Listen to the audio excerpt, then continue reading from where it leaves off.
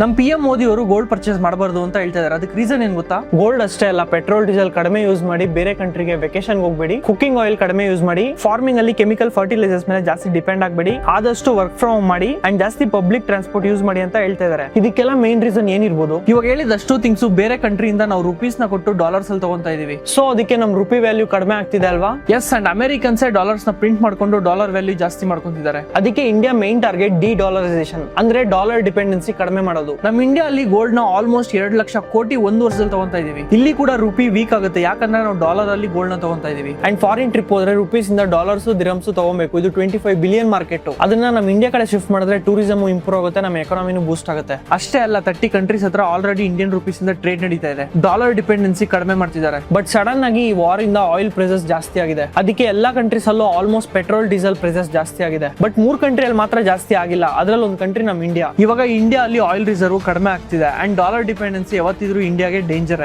PM Modi ಅವರು ಹೇಳಿರೋದನ್ನ political aspect ಇಂದ ನೋಡಬೇಡಿ. It's about our country. ಈ ವಿಡಿಯೋನ ಶೇರ್ ಮಾಡಿ, ಎಲ್ರಿಗೂ ತಿಳಿಸಿ ಏನಕ್ಕೆ ಹೇಳಿದ್ದಾರೆ ಅಂತ.